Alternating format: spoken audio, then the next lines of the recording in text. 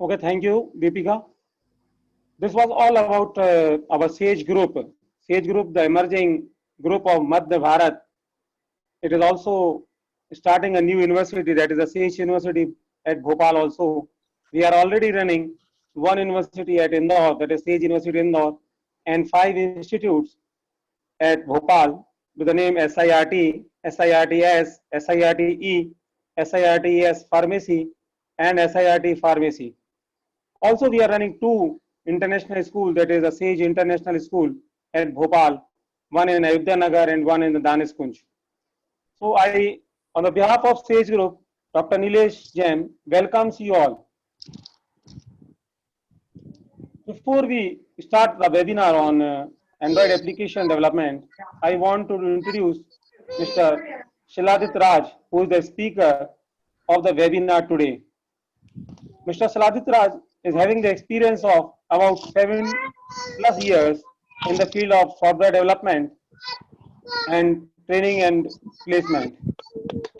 Basically, he was working in a multinational company as a software developer. But as the government has told the Nara कि आत्मनिर्भर बनो, तो Mr. Shiladit Raj has started his company at Bhopal और आत्मनिर्भर बनकर आज हम लोगों को एंड्रॉइड एप्लीकेशन डेवलपमेंट पर कुछ टिप्स देंगे कि how the Android application can be developed easily. और अगर आज आपको मोटिवेट होते हैं, देन हम भी चाहें तो एंड्रॉइड एप्लीकेशन बनाकर दूसरे की नौकरी करने की जगह स्वयं भी आत्मनिर्भर बनने की कोशिश भी कर सकते हैं। So now I will request Mr. Shiladit Raj, please start the webinar so that the person who have joined from all over the India can listen you instead of me. So Mr. Shiladit Raj. Thank you, Nilesh sir. Okay, welcome thank you sir. so much. First of all, thank you. actually आपने ये मुझे opportunity दी है इतने बड़े बड़े लोगों के साथ एंड बात करने का एंड उनको समझाने का। राइट, यहाँ पे बहुत सारे फैकल्टीज मेंबर्स ऑलरेडी यहाँ पे जुड़े हुए हैं सर। मैक्सिमम फैकल्टी है sir all over India. Yup, okay sir. तो मे भी मुझे जितना नॉलेज है मैं पूरी कोशिश करूंगा कि मैं जितनी फैकल्टी है, नो डाउट उनको मुझसे ज्यादा नॉलेज है, बट मैं फिर भी कोशिश करूंगा कि उनको मैं एक्सप्लेन कर सकूं सारी चीजें। And thank you so much sir, Nilesh sir, thank you so much. Thank you sir, welcome sir. Sir मैं स्टार्ट करता हूँ and good morning, good afternoon all. तो सबसे पहले सर हम स्टार्ट कर रहे हैं कि एंड्रॉइड एप्लीकेशन डेवलपमेंट। राइट, जैसे मैंने स्टार्ट किया था प्रीवियस में 10-12 इयर्स से मैं एंड्रॉइड एप्लीकेशन डेवलपमेंट में काम कर रहा हूँ। राइट, तो सबसे पहले मैं स्टूडेंट्स या फिर फैकल्टी मेंबर्स कोई भी यहाँ पे जो भी हैं, आप सभी अपना खुद का एप्लीकेशन डेवलप कर सकते हैं। राइट, तो एंड्रॉइड एप्लीकेशन डेवलपमेंट ऐसा जितना टफ नहीं है, बहुत इजी है। बट मैं थ्योरेटिकल सेशन ना लेके मैं चाहता हूँ कि मैं प्योर प्रैक्टिकली सेशन लूँ और प्योर प्रैक्टिकली मैं यहाँ पे सभी को बताऊं कि किस तरह से आप खुद एप्लीकेशन डेवलप कर सकते हो। राइट, तो सबसे पहले शेयर मैं कुछ अपनी स्क्रीन शेयर कर रहा हूँ। फर्स्ट, अगर हम एंड्रॉइड एप्लीकेशन डेवलप करना चाहते हैं तो हमें कुछ सॉफ्टवेयर्स की नीड होती है। राइट, सबसे फर्स्ट ऑफ ऑल सॉफ्टवेयर्स की नीड होती है और वो सॉफ्टवेयर हम कहाँ से डाउनलोड करेंगे। तो सबसे पहला स्टेप होता है सॉफ्टवेयर। राइट, तो सबसे पहले सपोज मेरा एक गूगल है एंड मैं गूगल पे सर्च करता हूँ Android studio. First of all आपको ये एंड्रॉइड स्टूडियो डाउनलोड करना है अपने सिस्टम में। राइट, यहाँ पे एंड्रॉइड स्टूडियो की लिंक है, इंस्टॉल एंड्रॉइड स्टूडियो। इस लिंक पे हम क्लिक करेंगे।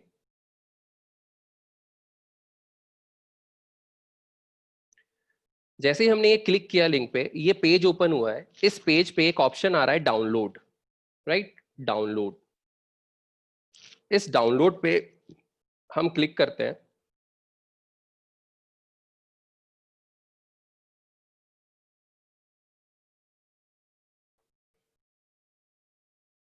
डाउनलोड पे हम जैसे क्लिक करेंगे एक पेज ओपन होगा। यहाँ पे एक ऑप्शन दे रहा है आपको download Android studio.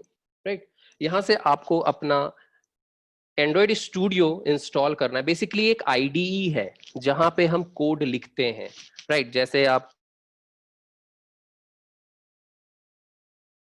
Application development के लिए भी एक आईडीई होती है और उसको हम एंड्रॉयड स्टूडियो कहते हैं। बेसिकली हम इसी पे एंड्रॉयड के एप्लीकेशंस डेवलप करते हैं।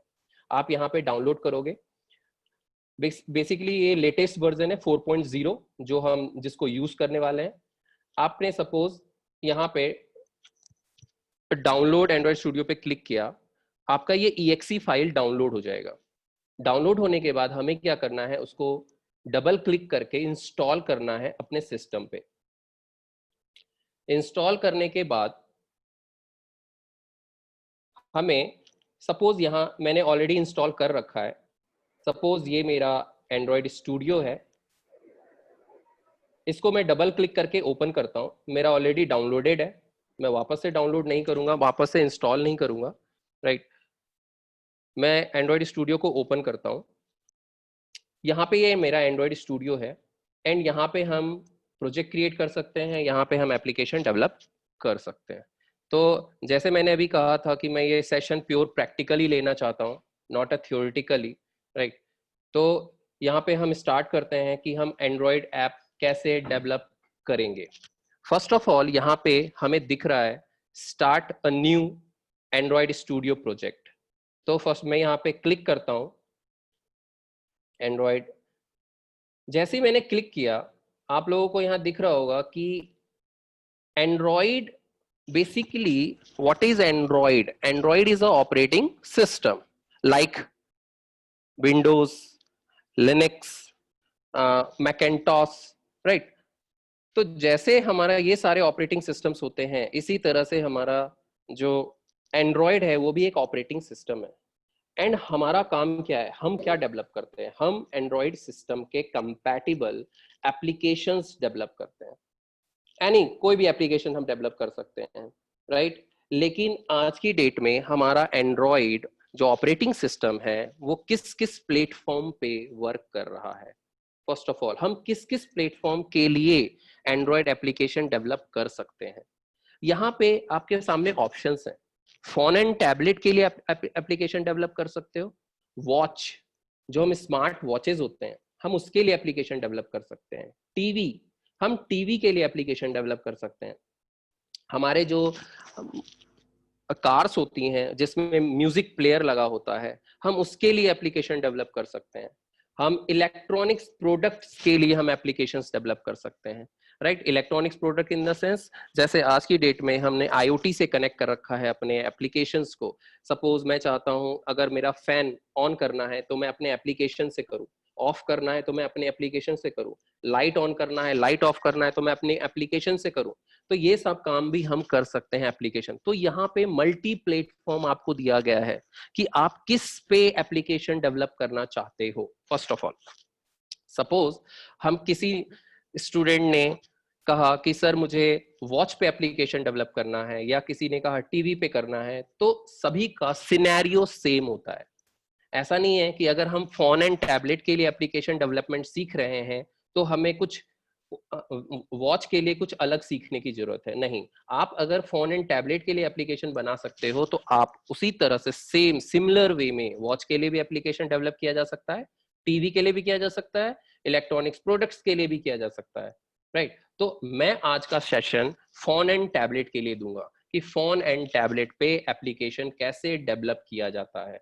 तो मैं आज जो डेवलप करने जा रहा हूँ, जो एप्लीकेशन डेवलप करने जा रहा हूँ, वो फोन के लिए है, इवन टैबलेट के लिए भी आप कह सकते हैं।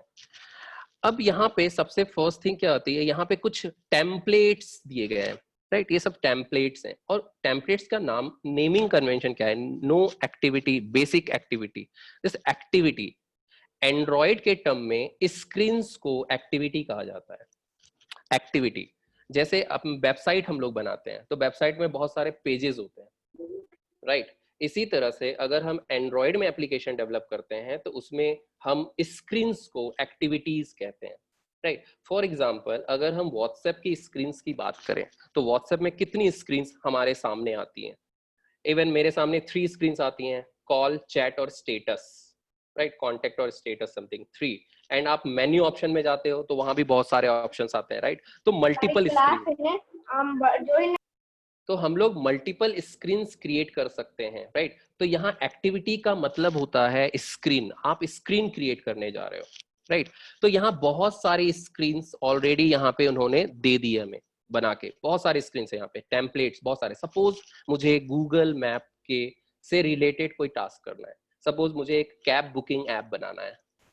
अगर मुझे कैब बुकिंग ऐप बनाना है तो ऑब्वियस सी बात है मुझे यहाँ पे गूगल मैप यूज करना पड़ेगा, गूगल मैप, राइट? लेकिन अगर मैंने यहाँ पे गूगल मैप सेलेक्ट किया, राइट, तो होगा क्या, आपको ऑटोमेटिक सारी कोडिंग मिल जाएगी, सारे काम मतलब एक्शन सब कुछ ऑटोमेटिक एंड्रॉइड स्टूडियो आपको क्रिएट करके दे देगा।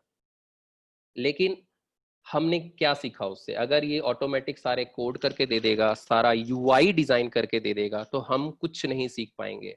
दैट्स व्हाई हम इनमें से एक भी स्क्रीन सेलेक्ट नहीं करेंगे, क्योंकि आप कोई भी स्क्रीन, सपोज मैंने लॉगिन स्क्रीन सेलेक्ट किया, अगर हम लॉगिन स्क्रीन सेलेक्ट करते हैं तो ये भी क्या करेगा, ऑटोमेटिक आपको यूआई डिजाइन करके दे देगा, आपको कोडिंग करके दे देगा, सब कुछ करके दे देगा, मतलब आपको पूरा प्रिपेयर्ड पहले से ही सब कुछ बना के दे दिया है।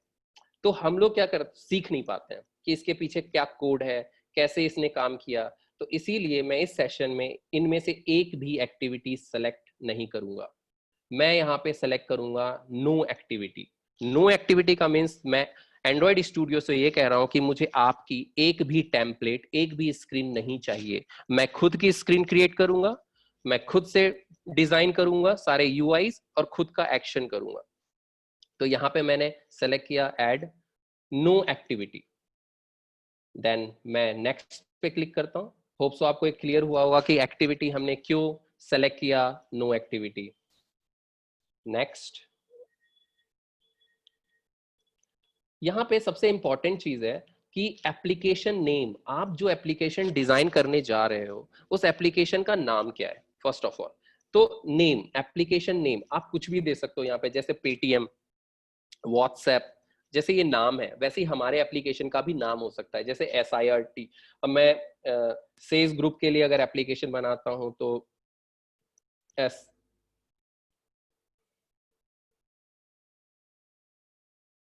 SIRT डेमो या SIRT एप्लीकेशन, ये मैंने नाम दिया है नॉर्मल हमारे एप्लीकेशन का। एंड यहाँ पे है पैकेज। अब सबसे इंपॉर्टेंट थिंग क्या होती है कि जब आप एप्लीकेशन डेवलप करने जाते हो तो सबसे पहले मिनिमम रिक्वायरमेंट आपके लैंग्वेज की होती है कि आपको कौन सी लैंग्वेज आनी चाहिए। मेरे हिसाब से जो आपको लैंग्वेज आनी चाहिए वो है C++, बेसिक। आपको बिल्कुल C++ का ऊप्स कॉन्सेप्ट बेसिक अगर आपको आता है तो आप एंड्रॉइड एप्लीकेशन डेवलप कर सकते हो, कोई प्रॉब्लम नहीं होगी, राइट? तो लेकिन बेसिक रिक्वायरमेंट है C++, एटलीस्ट आपको आना चाहिए, राइट? अब हम अगर सपोज मैं एज्यूम करता हूं हमारे सभी यहाँ पे स्टूडेंट्स को आता है C++, राइट? तो हमने पढ़ा हुआ है package, right? And what is package? Package is a collection of classes. Package क्या होता है? Package is a collection of classes and interfaces, right? तो पैकेज में हम क्या स्टोर करेंगे? क्लासेस को स्टोर करेंगे। ऑब्वियस सी बात है, अगर आप एप्लीकेशन डेवलप करते हो तो आपको बहुत सारी क्लासेस बनानी पड़ेगी, राइट? Number of classes. तो उन क्लासेस को आप कहाँ स्टोर करने वाले हो? तो यहाँ पे वो बोल रहा है कि जहां पे आप स्टोर करने वाले हो आप उसका नाम दो, उस पैकेज का नाम दो। आप पैकेज का नाम कुछ भी दे सकते हो, ये आपके ऊपर डिपेंड करता है कि आप पैकेज का नाम क्या देना चाहते हो। सपोज मैंने दिया SIRT.Bhopal, ये मेरे पैकेज का नाम है SIRT.Bhopal। मैंने पैकेज का नाम हमेशा यूनिक होना चाहिए, पैकेज का नाम हमेशा यूनिक होना चाहिए, बिकॉज अगर आप अपने इस ऐप को प्ले स्टोर पे अपलोड करोगे बनाने के बाद तो ये पैकेज के नाम से अपलोड होता है। ये हमेशा आपको ध्यान रखना है बनाने से पहले कि ये जो हमारा ऐप है जब भी ये क्रिएट होगा, राइट, जब ये इसका आउटपुट आएगा तब जब हम इसको प्ले स्टोर पे डालेंगे तो वो इस पैकेज के नाम से ये अपलोड होगा। इसीलिए पैकेज का नाम ऑलवेज यूनिक होना चाहिए, राइट। तो इसीलिए मैंने यहाँ पे sirt.bhopal, इवन आपकी इच्छा, आपको जो भी नाम देना है पैकेज का आप दे सकते हो, कोई प्रॉब्लम नहीं है, बट आपको बस ये ध्यान रखना है कि उसका नाम यूनिक होना चाहिए। बिकॉज सपोज मैंने ये प्रोजेक्ट बना दिया, एग्जाम्पल एक, मैंने ये प्रोजेक्ट क्रिएट कर दिया, मैंने इसको प्ले स्टोर पे अपलोड कर दिया, कोई थर्ड पर्सन एक और प्रोजेक्ट सपोज मुझे मिला, मैंने उसका भी पैकेज का नाम सेम रख दिया sirt.bhopal, राइट। अब जब मैं उस सेकेंड वाले प्रोजेक्ट को अपलोड करने जाऊंगा प्ले स्टोर पे, तो वो हमें मना कर देगा, बिकॉज वो ये एरर देगा कि already exist, right. Already exist का मतलब ये जो पैकेज के नाम से ऑलरेडी एक और पहले से ही आपका एप्लीकेशन बन चुका है, आप वापस से इस नाम से दूसरे एप्लीकेशन को नहीं डाल सकते हो, राइट। दैट्स व्हाई हमारा पैकेज का नाम यूनिक होना चाहिए। यहाँ पे है सेव लोकेशन, जहां भी आप सी ड्राइव, डी ड्राइव, जहां भी आप अपने एप्लीकेशन को स्टोर करना चाहें आप कर सकते हैं, कोई प्रॉब्लम नहीं है। एंड सबसे मोस्ट इंपॉर्टेंट लैंग्वेज, राइट। तो एंड्रॉइड एप्लीकेशन डेवलपमेंट हम दो लैंग्वेज से कर सकते हैं, एक है कॉटलिन और second one is Java, right. Kotlin basically अभी आया है हमारे मार्केट में, आप कॉटलिन के थ्रू भी एप्लीकेशन डेवलप कर सकते हो और जावा के थ्रू भी एप्लीकेशन डेवलप कर सकते हो। अभी इस वेबिनार में मैं बेसिकली जावा पे फोकस करूंगा कि जावा के थ्रू एप्लीकेशन कैसे डेवलप किया जाता है, क्योंकि बहुत सारे स्टूडेंट्स होते हैं वो जावा पढ़ चुके होते हैं और C++ का कॉन्सेप्ट जो होता है बिल्कुल मिलता जुलता होता है जावा से, राइट। दैट्स व्हाई वो रिलेट कर सकते हैं, कोई भी रिलेट कर सकता है जावा। अगर मैं कॉटलिन पे काम करता हूं तो कॉटलिन बिल्कुल नया है, उसका जो आपका सिंटैक्सेस है वो बिल्कुल नए हैं, बिल्कुल जावा से बिल्कुल डिफरेंट है, राइट। तो अगर मैं कॉटलिन पे अगर मैं एप्लीकेशन डेवलप करूंगा तो मुझे पहले कॉटलिन पढ़ाना पड़ेगा पूरा, देन मैं एप्लीकेशन डेवलपमेंट पे जा सकता हूँ। लेकिन जावा के साथ ऐसा नहीं है, क्योंकि जावा बिल्कुल मिलता जुलता है C++ से, दैट्स व्हाई हमारे स्टूडेंट्स अंडरस्टैंड कर सकते हैं कि कैसे एप्लीकेशन डेवलप हो रहा है यहाँ पे। दैट्स व्हाई मैंने सेलेक्ट किया है जावा। तो आज की जो क्लासेस है, आज का जो हम एंड्रॉइड एप्लीकेशन डेवलप कर रहे हैं वो जावा लैंग्वेज पे बेस्ड है। And minimum SDK, last one is minimum SDK. What is minimum SDK? First of all हमारे एंड्रॉइड, अभी स्टार्टिंग में मैंने आपसे बोला था Android is a operating system. अगर एंड्रॉइड ऑपरेटिंग सिस्टम है उसके भी बहुत सारे वर्जन्स हैं, एंड्रॉइड के बहुत सारे वर्जन्स हैं। रिसेंटली मार्केट में हमारा स्टार्ट हुआ था, अगर मैं आपको एंड्रॉइड के वर्जन्स के नाम बताऊं, सबसे फर्स्ट वर्जन एंड्रॉइड का, फर्स्ट वर्जन एंड्रॉइड का, कोई बता सकता है मुझे सबसे फर्स्ट वर्जन एंड्रॉइड का कौन सा था? फर्स्ट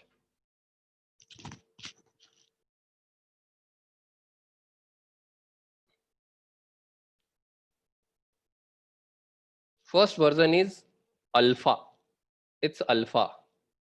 हमारा जो फर्स्ट वर्जन था एंड्रॉइड का वो था अल्फा, उसको हम बीटा भी बोलते थे, सॉरी नॉट बीटा, अल्फा और एस्ट्रो। तो मेरा फर्स्ट वर्जन था अल्फा और एस्ट्रो। उसके बाद मेरा दूसरा वर्जन आया जिसको हम बोलते थे beta version, it's beta, alpha, beta. Then second version आया cupcake, it's cupcake. Then third version था डोनट। अब यहां पे देखिए, A for alpha, B for beta, C for cupcake and D for donut. तो यहाँ अल्फाबेटिकल ऑर्डर चल रहा है, A B C D, A for alpha, B for beta, C for cupcake, D for donut. ये सारे के सारे versions के नाम है और अल्फाबेटिकल ऑर्डर में। E for eclairs, F for froyo, G for gingerbread, H for honeycomb, I for ice cream sandwich, right. अब यहाँ पे आप देखिए, यहाँ पे सारे वर्जन्स के नाम लिखे हुए हैं, स्टार्टिंग के वर्जन्स नहीं है मेंशन। जो मैंने आपको पहले स्टार्टिंग बताया था, फर्स्ट स्टार्ट हुआ था alpha, then beta, then cupcake, then donut, then eclairs, then froyo, then gingerbread, then honeycomb and then ice cream sandwich. तो हनी कॉम के ऊपर के जितने भी वर्जन थे वो सब अब यूज्ड नहीं होते, वो पुराने हो चुके हैं, अब उस वर्जन पे कोई भी काम नहीं होता। अब हम ऑब्वियस सी बात है, इतने सारे वर्जन्स क्यों बन रहे हैं? अपडेशन, हर वर्जन में कुछ नए नए अपडेशन है, अपडेट है, राइट? तो उसके कुछ कुछ फीचर्स है, नए नए फीचर्स आते जाते हैं और जिसपे हम काम करते हैं।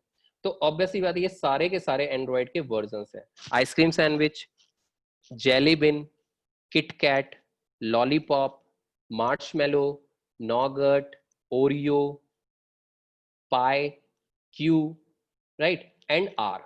लेटेस्ट एंड्रॉइड ओएस का वर्जन जो अभी रिसेंटली मार्केट में चल रहा है वो है आर, एंड्रॉइड आर, राइट? तो हम जो एप्लीकेशन डेवलप करेंगे इस टाइम पे वो किस ओएस के कंपैटिबल करना चाहते हैं?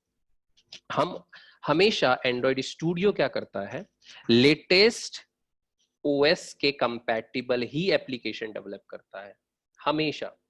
सपोज हम एज्यूम करते हैं कि हमने एक एप्लीकेशन डेवलप किया और किस ऑपरेटिंग सिस्टम के कंपैटिबल किया? आर के, एंड्रॉइड आर के कंपैटिबल हमने एप्लीकेशन बनाया। आज की डेट में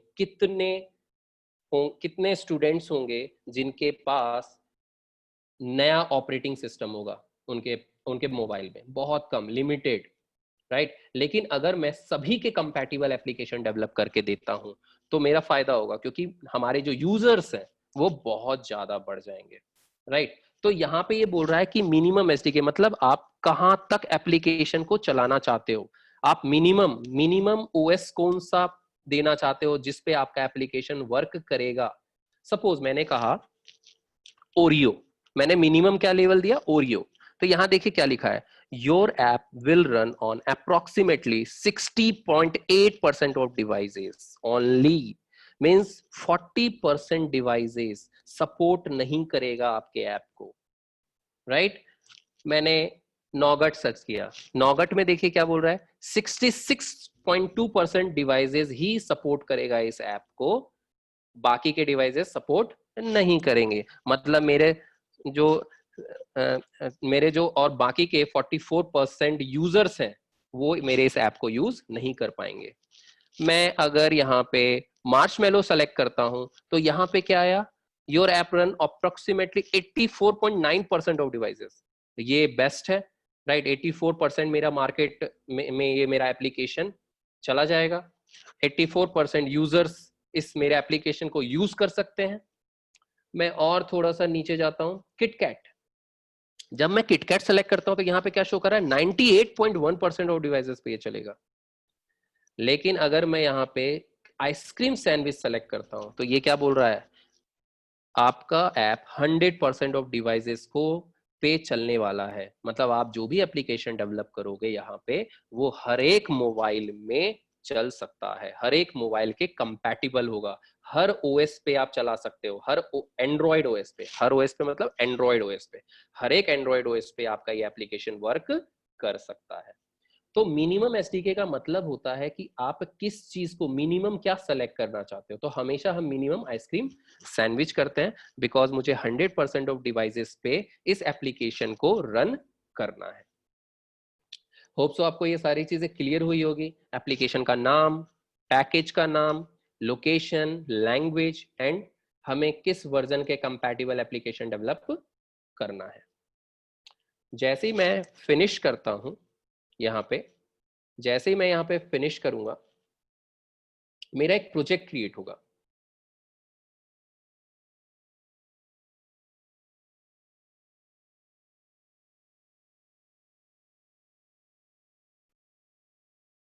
यहाँ पे हमारे एक प्रोजेक्ट क्रिएट हो रही है और बेसिकली एंड्रॉयड स्टूडियो बहुत ही हैवी सॉफ्टवेयर होता है, राइट? मिनिमम गूगल का इसका रिकमेंडेशन है 8 GB रैम मिनिमम होना चाहिए आपके सिस्टम में, तब ये बहुत प्रॉपरली अच्छे से काम करता है। बट यहाँ पे मिनिमम 4 GB पे भी ये काम कर सकता है, कोई प्रॉब्लम नहीं है। लेकिन अगर किसी के सिस्टम में 2 GB रैम है तो वो उस पर वर्क नहीं करेगा, राइट? तो अगर आप 2 GB रैम वाले हो या आप 4 GB रैम है तो इट्स बेटर कि आप 4 GB रैम पे एंड्रॉइड स्टूडियो को इंस्टॉल कर सकते हो। 8 GB इज बेस्ट, अगर 8 GB रैम है तो बहुत अच्छे से चलेगा ये। लेकिन 2 GB अगर 4 GB से अगर कम है तो ये नहीं चल पाएगा, तो ये बहुत हैंग होता है, बहुत प्रॉब्लम क्रिएट करेगा, राइट, क्योंकि ये बहुत ही हैवी सॉफ्टवेयर है। एंड जैसे ही मैंने रन किया अपने इस एंड्रॉइड स्टूडियो को, यहाँ पे देखिए जैसे ही मैंने रन किया ये एक प्रोजेक्ट क्रिएट हुआ है, ओवरऑल एक प्रोजेक्ट क्रिएट हुआ, और इस प्रोजेक्ट में ये 2 फोल्डर्स आपके सामने हैं। जितने भी प्रोजेक्ट्स डिजाइन हुए हैं आज की डेट में, पेटीएम, व्हाट्सएप, फेसबुक, इंस्टा, जितने भी एप्लीकेशंस डेवलप हुए, सारे के सारे एप्लीकेशंस इन्हीं 2 फोल्डर के अंदर बनता है सारे। मतलब ये हुआ कि ये 2 फोल्डर बहुत इंपॉर्टेंट है। मतलब मुझे आपको ये दोनों फोल्डर्स एक्सप्लेन करने पड़ेंगे, फिर आप एप्लीकेशन, अगर आपने ये दोनों फोल्डर्स अच्छे से समझ लिया कि ये दोनों फोल्डर में काम कैसे होता है, तो आप समझ लीजिए मिनिमम 20% आपने एंड्रॉइड सीख लिया है, राइट। तो मैं यही 2 फोल्डर आपको आज एक्सप्लेन करूंगा, राइट। तो सबसे पहले मैं एक्सप्लेन करने जा रहा हूं ऐप फोल्डर। ऐप ऐप को मैंने ओपन किया, यहाँ पे सबसे पहले ऐप के अंदर 3 फोल्डर्स हैं, manifest, Java and RES, right. सबसे पहले मैं एक्सप्लेन करने जा रहा हूं RES folder. What is RES? RES होता क्या है? रिसोर्सेज, जितने भी रिसोर्सेज हम यूज करेंगे उसके लिए एक फोल्डर बनाया गया है आरईएस फोल्डर। रिसोर्सेज का मतलब क्या? रिसोर्सेज क्या होता है? सपोज हम एज्यूम करते हैं कि हमें एक गेम बनाना है, हमें एक गेम बनाना है, एंड गेम बनाने के लिए हमें क्या क्या रिसोर्सेज की नीड पड़ती है। सबसे पहले हमें इमेजेस चाहिए, अगर हमें गेम बनाना है तो हमें इमेजेस की नीड पड़ेगी। उसके बाद हमें वीडियो चाहिए, उसके बाद हमें ऑडियो चाहिए। तो ये सारे जो रिसोर्सेज हैं आप कहाँ स्टोर करोगे? तो वो हम कहाँ स्टोर करेंगे? आरईएस फोल्डर के अंदर, राइट। अब आरईएस फोल्डर के अंदर आप डायरेक्टली, सपोज आपने बोला सर मेरे पास वीडियो है, ऑडियो है और इमेजेस हैं, मैं सभी को उठाता हूं और पेस्ट कर देता हूं आरईएस फोल्डर के अंदर, राइट। तो वो क्या हो जाएगा? आपने एक साथ डाल दिया उस आरईएस फोल्डर के अंदर सारे रिसोर्सेज एक साथ, तो वो अजीब सा हो जाएगा पूरा, मतलब आप फिर उसको सिस्टमैटिक वे से उसको रीड नहीं कर सकते हो। तो इन लोगों ने क्या किया, इन लोगों ने आरईएस फोल्डर के अंदर कुछ फोल्डर्स और बना दिए। ये फोल्डर्स मतलब अगर आप ऑडियो स्टोर करना चाहो आरईएस के अंदर, तो ऑडियो के लिए एक अलग से फोल्डर बना हुआ है, उसमें आप स्टोर करो। अगर आप वीडियो स्टोर करना चाहते हो आरईएस के अंदर, तो वीडियो का एक फोल्डर बना हुआ है, आप उसमें स्टोर करो। अगर आप इमेजेस स्टोर करना चाहते हो तो इमेजेस के लिए एक फोल्डर बना हुआ है, आप उसमें स्टोर करो, राइट। तो ये जो चीज होती है ना, ये बहुत ही बेटर अप्रोच होता है कि आप इजी टू एक्सेस, है ना। अगर आपको अलग अलग फोल्डर है तो ऑब्वियस सी बात है, आप कोई भी चीज अगर आपको एक्सेस करनी है तो आप इजीली एक्सेस कर लोगे, क्योंकि आपको पता रहेगा कि ये ऑडियो इस फाइल में रखी हुई है, इस फोल्डर में रखी हुई है, वीडियो इस फोल्डर में रखी हुई है, आपकी इमेजेस इस फोल्डर में रखी हुई है, तो आप इजीली एक्सेस कर सकते हो। दैट्स वाई हमें फोल्डर्स में ही स्टोर करना चाहिए अपना डेटा फर्स्ट। तो यहाँ पे जैसे मैंने आरईएस ओपन किया, इसके अंदर अभी स्टार्टिंग में मुझे सिर्फ 3 फोल्डर्स यहाँ पे दिख रहे हैं। First one is drawable, second one is map, and third one is values. तो first drawable, what is drawable? drawable क्यों यूज करेंगे हम? इमेजेस के लिए। अगर आप अपने प्रोजेक्ट में इमेजेस से रिलेटेड कोई भी टास्क करना चाहते हो, तो सबसे पहले आपको अपनी इमेजेस को कॉपी करना है एंड ड्रॉएबल फोल्डर के अंदर पेस्ट करना है, राइट। ड्रॉएबल फोल्डर के अंदर आपको क्या करना है? पेस्ट करना है। तो सपोज मैं एक प्रैक्टिकली मैं बताता हूँ किस तरह से हम ड्रॉएबल फोल्डर को यूज करेंगे। मैंने सबसे पहले, सपोज मेरे पास कोई एक इमेजेस है, मैं इमेज को कॉपी करता हूँ। फॉर एग्जाम्पल ये इमेज है, मैंने इसको कॉपी किया एंड मैं यहाँ पे ये ड्रॉएबल फोल्डर है, इस ड्रॉएबल में पेस्ट करता हूँ। जैसे ही मैं ड्रॉएबल में पेस्ट किया, यहाँ पे 2 फोल्डर ओपन हो गए कि आप किस फोल्डर में उस इमेज को स्टोर करना चाहते हो, ड्रॉएबल और V24, राइट। अभी मैं ड्रॉएबल में करना चाहता हूं, मैं आपको एक्सप्लेन करूंगा कि ड्रॉएबल V24 होता क्या एक्चुअल में, राइट। लेकिन अभी हम ड्रॉएबल पढ़ रहे हैं, तो हम ड्रॉएबल से रिलेटेड काम करेंगे। हम अपनी इमेज को कहां स्टोर करेंगे? इस ड्रॉएबल फोल्डर के अंदर। मैंने ड्रॉयबल फोल्डर सेलेक्ट किया एंड ओके। यहां पे एक बात का बहुत ध्यान रखना है आपको कि जब भी आप इमेज स्टोर करते हो तो इमेज का जो नाम होता है वो केस सेंसिटिव होता है। यहाँ पे कैपिटल लेटर नहीं चलता है, ऑलवेज स्मॉल लेटर। यहाँ पे आप जैसे अपनी इमेज का नाम देना चाहते हो, सपोज मैंने दिया फर्स्ट इमेज, राइट, लेकिन इसके बीच में अगर सपोज आपने स्पेस दे दिया तो ये नहीं लेगा। अगर आपने अंडरस्कोर दे दिया तो भी ये एरर शो करेगा। इसीलिए हमेशा आपको क्या करना चाहिए, ये स्मॉल लेटर में ही आपको लिखना चाहिए, राइट। तो ये नेमिंग कन्वेंशन है, ये फॉलो करना पड़ेगा आपको। अगर आपने इसमें कैपिटल लेटर डाल दिया तो ये एरर शो कर देगा। ओके, तो जैसे ही मैंने ओके लिखा, इस ड्रॉयबल के अंदर देखिए ये इमेज आ गई, राइट। जब इस इमेज पे मैं डबल क्लिक करके ओपन करता हूं तो ये इमेज मेरी, अब मैं इस इमेज को अभी यूज नहीं कर रहा हूं, अभी इस इमेज को मैंने सिर्फ ड्रॉयबल में स्टोर किया है, दैट्स इट। मैं अभी रिसोर्सेस क्रिएट कर रहा हूं, रिसोर्सेस तैयार कर रहा हूं अपने ऐप के लिए, राइट। तो अभी मैंने सिर्फ क्या किया, ड्रॉयबल फोल्डर के अंदर मैंने यहाँ पे एक इमेज डाला है। तो ड्रॉयबल का काम बस इतना ही होता है, इमेजेस स्टोर करने के लिए हम ड्रॉयबल फोल्डर का यूज कर सकते हैं, राइट। और यहाँ पे ऐसा नहीं है कि हम जेपीजी इमेज ही स्टोर करें, आप पीएनजी भी स्टोर कर सकते हो, आप जैसी इमेज चाहो आप इमेजेस यहाँ पे स्टोर कर सकते हो। And mipmap, what is mipmap? बहुत इंपॉर्टेंट इसका रोल होता है मिप मैप का। बेसिकली इसमें रोल क्या है मिप मैप का, जब आप एप्लीकेशन डिजाइन करते हो, जैसे व्हाट्सएप जब आप इंस्टॉल करते हो अपने मोबाइल में तो आपको एक आइकन दिखता होगा, जिस आइकन पे आप क्लिक करते हो तो आपका ऐप लॉन्च होता है, आपका ऐप ओपन होता है, राइट। उसको लॉन्चर बोलते हैं, उसको हम क्या बोलते हैं, लॉन्चर, लॉन्चर आइकन, राइट। तो लॉन्चर आइकन क्रिएट करने के लिए, लॉन्चर आइकन क्रिएट करने के लिए बेसिकली हम मिप मैप का यूज करते हैं, राइट। लॉन्चर आइकन आप समझ गए होंगे, जैसे हमारे मोबाइल में जो आइकन्स होते हैं बहुत सारे, जिसपे क्लिक करने पे आपका ऐप ओपन होता है, राइट, उसको लॉन्चर आइकन कहते हैं। तो मिप मैप के थ्रू आप उस लॉन्चर आइकन को क्रिएट कर सकते हो, राइट। तो मैं आपको क्या बताने जा रहा हूं कि वो लॉन्चर आइकन क्रिएट कैसे होता है, उस लॉन्चर आइकन को हम क्रिएट कैसे करेंगे, कैसे उसको डिजाइन करेंगे, राइट। तो मैं यहाँ पे मिप मैप पे राइट क्लिक करूंगा, मिप मैप पे मैं राइट क्लिक करता हूं, न्यू में जाऊंगा एंड यहाँ पे मैं इमेज एसेट पे जाऊंगा, इमेज एसेट। मैं इस इमेज एसेट पे क्लिक करता हूं, यहाँ पे मेरी ये विंडो ओपन हुई है। सबसे पहले ये आइकन्स है यहाँ पे आपको जो दिख रहा है, अगर आप सर्कल, यहाँ पे ऑटोमेटिक सारी चीजें बन जाती है, सारा आपका, क्योंकि देखिए बहुत सारे मोबाइल जो होते हैं अलग अलग आइकन सपोर्ट करते हैं। कुछ मोबाइल रेक्टेंगल आइकन सपोर्ट करता है, कुछ मोबाइल सर्कल, कुछ सर्कुलर, कुछ स्क्वायरल। हर मोबाइल, हर ऑपरेटिंग सिस्टम अपना अलग अलग आइकन सपोर्ट करता है।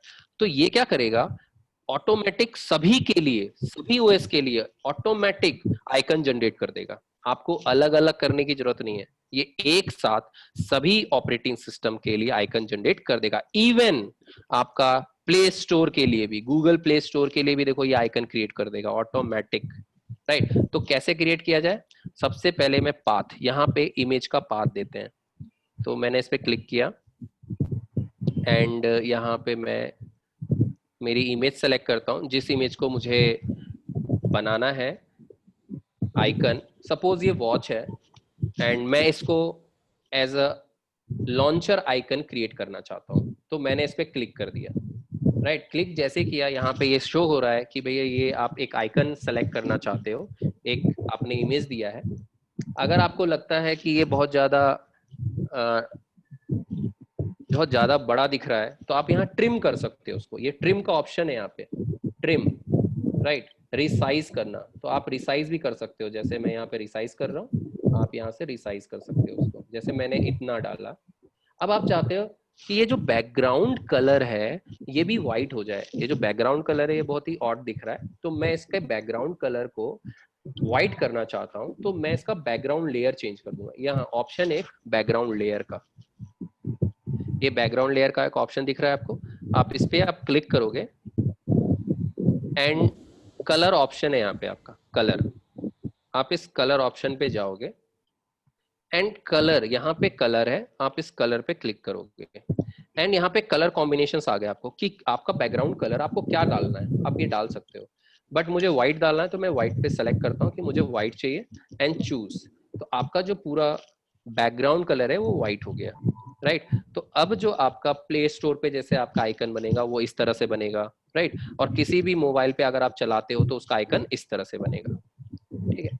अब आपको कुछ नहीं करना है, नेक्स्ट करना है, यहाँ से आपको ये नेक्स्ट पे क्लिक करना है एंड आपको यहाँ पे कोई भी चीज नाम चेंज नहीं करना है, एज इट इज जैसा है वैसा ही रखना है, बस आपको फिनिश करना है। क्या करना है? फिनिश। जैसे ही मैं फिनिश करूंगे, अब मैं जब भी फिनिश जैसे ही किया मैप के अंदर वो लॉन्चर आइकन क्रिएट हो चुका है।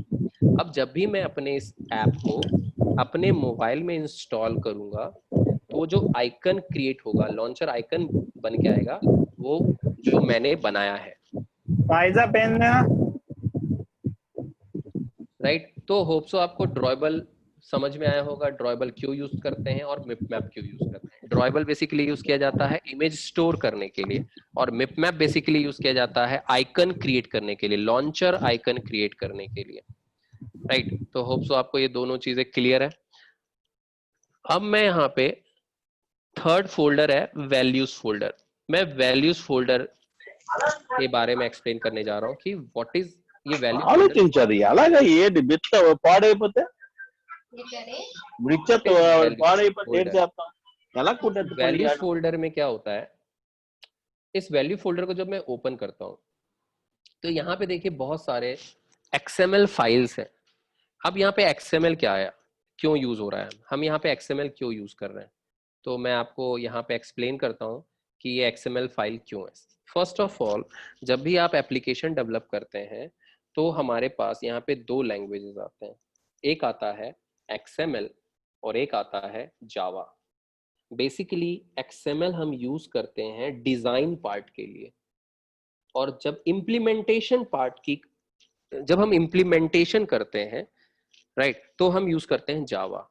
तो दो अलग अलग लैंग्वेजेस हैं, दो अलग अलग हम यूज करेंगे। एक तो XML यूज करेंगे, XML यूज करेंगे फॉर डिजाइन पार्ट, राइट, और जावा हम यूज करेंगे फॉर इम्प्लीमेंटेशन पार्ट। मैंने बोला कि मुझे एक बटन बनाना है, एक बटन चाहिए, एक बटन क्रिएट करना है, तो बटन की कोडिंग किस में होगी? बटन की कोडिंग XML में होगी।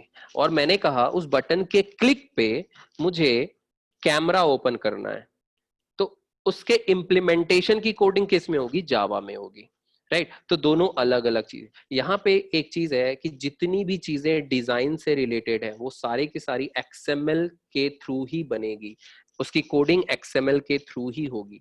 यहाँ पे फॉर एग्जांपल कलर, कलर किसका पार्ट है? कलर डिजाइन का पार्ट है, राइट। इसीलिए उसके आगे देखिए .xml लिखा हुआ है, कलर .xml मींस ये डिजाइन का पार्ट है। स्ट्रिंग .xml, स्ट्रिंग, सपोज आपको कुछ लिखना है, suppose hello welcome to Android application development webinar, right, या welcome to SIRT Bhopal, anything, आपको कुछ टेक्स्ट लिखना है, तो टेक्स्ट लिखने के लिए, टेक्स्ट लिखने के लिए तो ये टेक्स्ट भी किस में लिखेंगे? हम XML में लिखेंगे। इसीलिए यहाँ पे स्ट्रिंग .xml लिखा हुआ है। कुछ स्टाइल वगैरह देना है उस, वो भी हम XML में ही लिखते हैं। तो कहने का मतलब ओवरऑल डिजाइन से रिलेटेड जितना भी टास्क हम करने वाले हैं वो सारे के सारे टास्क XML के कोडिंग से होगा। बहुत ही इजी है, मैं आपको बताता हूं कि कैसे XML की कोडिंग किया जाता है। सबसे पहले color.xml, सपोज आपको लगता है कि मेरे ऐप में, जो मैं ऐप बनाने जा रहा हूं उसमें एज्यूम करते हैं 20 to 30 कलर्स यूज होंगे, तो मैंने क्या किया, मैंने color.xml ओपन किया और इसके अंदर 20 to 30 कलर्स यहाँ मेंशन कर देंगे हम। ये कोड किसने जनरेट किया है? ये कोड एंड्रॉइड स्टूडियो ने बाय डिफॉल्ट जनरेट किया है। हमें एंड्रॉइड स्टूडियो के कोड से कोई मतलब नहीं है, मैं अपना खुद का कोड जनरेट करूंगा, राइट। कैसे कलर यहाँ मेंशन करते हैं, कैसे कलर यहाँ डिफाइन करेंगे, तो आपको पता है XML में हमेशा एक टैग स्टार्ट होता है, ये टैग स्टार्ट हुआ, and tag close, colour tag start, colour tag close, colour tag start, colour tag close, right. अब मैं यहाँ पे खुद का अपना एक कलर देना चाहता हूँ, तो मैंने एक टैग स्टार्ट किया कलर, एंड कलर का नाम, नेम क्या देना चाहते हैं आप। सपोज मैंने नाम दिया कलर का माय रेड, मैंने ये कलर का नाम दिया है, एंड इसको क्लोज, ये हमने स्टार्ट किया था टैग, तो इसको क्लोज भी करना पड़ेगा। क्लोज करने के लिए shift and dot, shift and dot, जैसे ही मैंने शिफ्ट एंड डॉट प्रेस किया ये मेरा क्लोज हो गया, राइट। एंड कलर कोड, यहाँ पे कलर कोड आपको डिफाइन करना पड़ेगा। कलर कोड हेक्साडेसिमल कोड है ना, 3 डिजिट कॉम्बिनेशन और 6 डिजिट कॉम्बिनेशन कलर कोड्स होते हैं, राइट। और हमेशा उसका स्टार्ट कहाँ से होगा, हैश। ये कन्वेंशन है कि कलर कोड कहाँ से स्टार्ट होगा, हैश से। तो XML में हैश से, हेक्साडेसिमल कोड है। तो सपोज मैंने कोई भी एक 3 डिजिट का 678 ले लिया मैंने, ये कोई ना कोई एक कोड है, ये कोई ना कोई कलर है, राइट। 3 डिजिट में भी कलर बन सकता है और 6 डिजिट में भी कलर बन सकता है। तो मैंने यहाँ लिखा 678 678, ये भी एक कलर है। और अगर मैं यहाँ पे सिर्फ 3 डिजिट लिखता हूँ तो ये भी एक कलर है, लेकिन उसके आगे क्या होना चाहिए, हैश लिखा होना चाहिए, राइट। तो ये कलर है।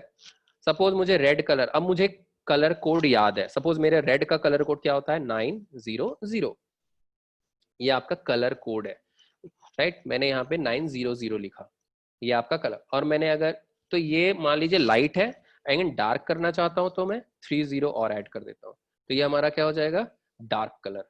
तो रेड डार्क, तो मैंने यहाँ पे कोड डाला है, किसका कोड डाला है, मैंने यहाँ पे कोड डाला है कलर का। कौन से कलर का, रेड कलर का। सपोज मुझे एक और कलर मेंशन करना है, कलर नेम ब्लू कलर। अब मुझे यहाँ पे ब्लू कलर याद नहीं है, ब्लू कलर का मुझे कोड याद नहीं है, क्योंकि कलर कॉम्बिनेशंस बहुत होते हैं। आप इवन याद नहीं कर सकते हो कलर कॉम्बिनेशन कितने हो सकते हैं, इम्पॉसिबल, राइट। तो उस कलर कॉम्बिनेशन के लिए हम लोग क्या करते हैं कि जो भी कलर कॉम्बिनेशन हमें चाहिए होता है, हम उसको सेलेक्ट कर लेते हैं। जैसे मैं यहाँ गूगल करता हूँ, गूगल पे गया एंड मैंने यहाँ कलर कोड डाला, कलर कोड,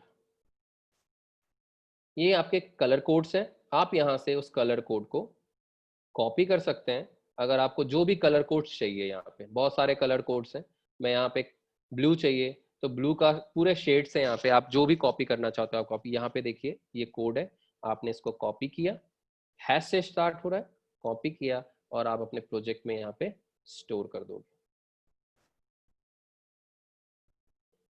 तो इवन कलर कोड्स आप यहाँ पे स्टोर कर सकते हो, यूज कर सकते हो, कितने भी कलर कोड्स आप यहाँ पे डिफाइन कर सकते हो, लेकिन हमेशा कलर कोड्स हेक्साडेसिमल कोड में ही होने चाहिए, राइट। आप कोडिंग के थ्रू भी कलर दे सकते हो जावा में, बट वो जावा में होता है, XML में नहीं हो सकता। यहाँ पे आपको इसी तरह से कलर कोड डिफाइन करना पड़ेगा।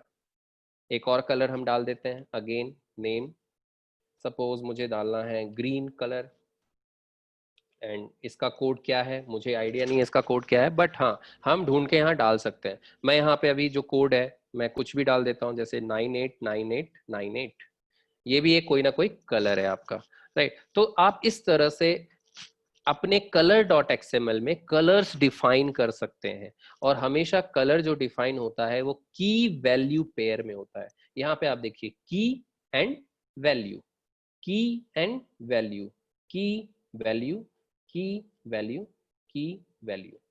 मीन्स क्या हुआ कि अगर मुझे इस वैल्यू को कॉल करना होगा तो उसका की क्या है, माई रेड, तो मैं माई रेड के नाम से उसको कहीं भी कॉल करा सकता हूँ, कहीं भी उसको यूज कर सकता हूँ। बेसिकली इसीलिए मैं की वैल्यू पेयर में इस डेटा को डालता हूँ, राइट।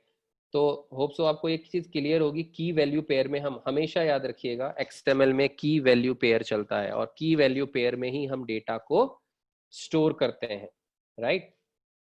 तो आप जितना चाहे उतना आप यहाँ पे कलर मेंशन कर सकते हैं, राइट। अभी अगेन मैंने बोला मैंने अब इसका यूज नहीं कर रहा हूँ, सिर्फ कलर्स यहाँ डिफाइन किया है।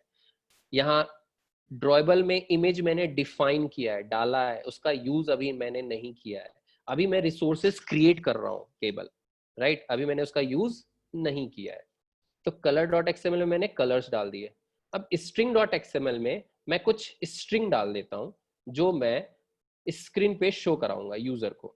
तो स्ट्रिंग सेम नेम की, यहाँ पे बोल रहा है की देने के लिए, तो यहाँ पे मैं कुछ भी की दे सकता हूँ। सपोज मैंने दिया बटन नेम, बटन नेम, यहाँ दिया मैंने लॉगिन।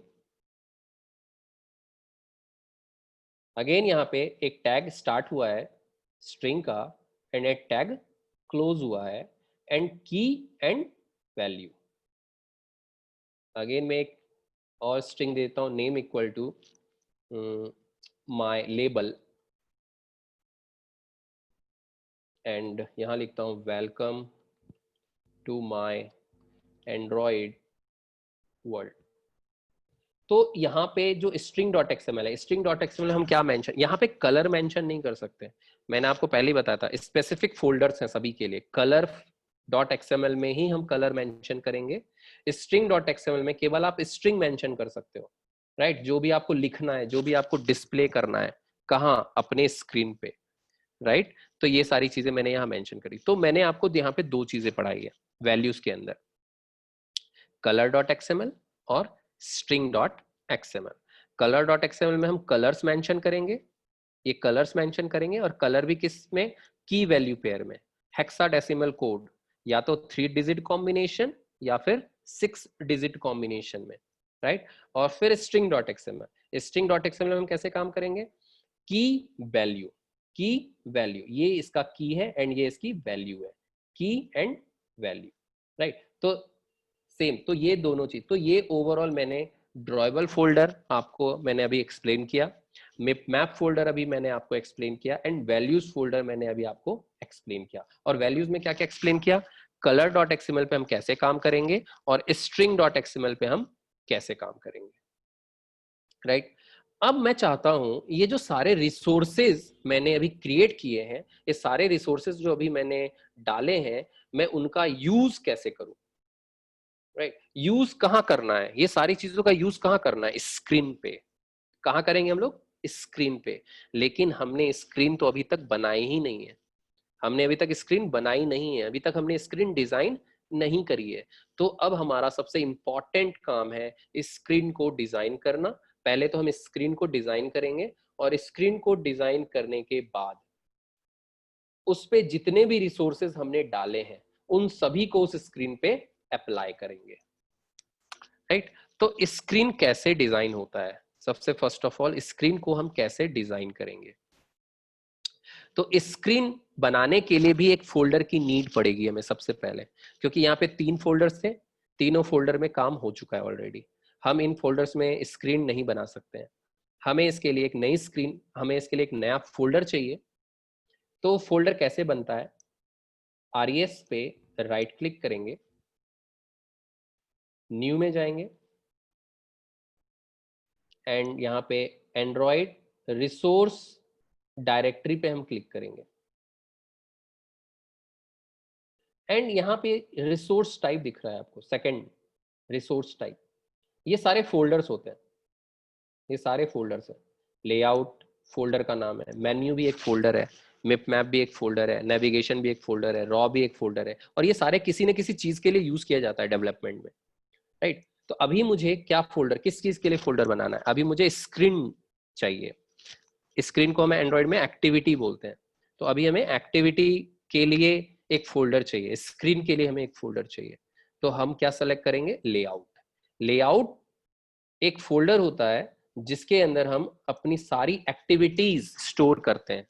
तो मैंने एक फोल्डर क्रिएट किया लेआउट, इसके अंदर हम क्या बनाएंगे, जितनी भी स्क्रीन्स हैं हम वो जनरेट करेंगे। तो नॉर्मल वर्ड में हम कह सकते हैं what is layout, layout is a collection of screens, layout is a collection of activities. जितनी भी एक्टिविटीज हम क्रिएट करने वाले हैं, राइट, जितनी भी स्क्रीन्स हम क्रिएट करने वाले हैं वो हम कहाँ स्टोर करने वाले हैं, इस लेआउट फोल्डर के अंदर।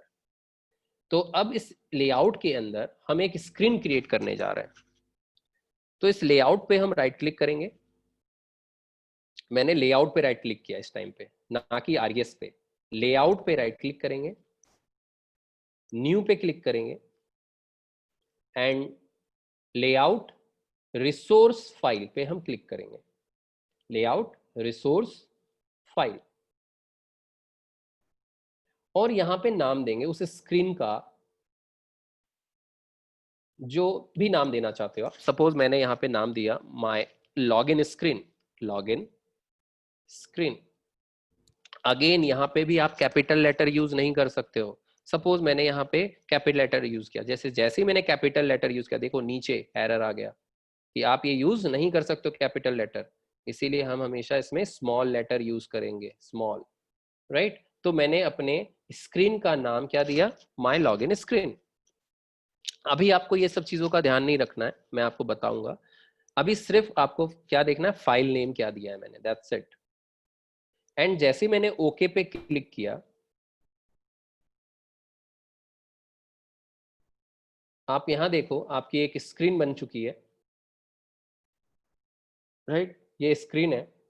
अब इस स्क्रीन पे मैं वो सारी चीजें अप्लाई कर सकता हूं जो मैंने इस आरईएस फोल्डर के अंदर रखा हुआ है।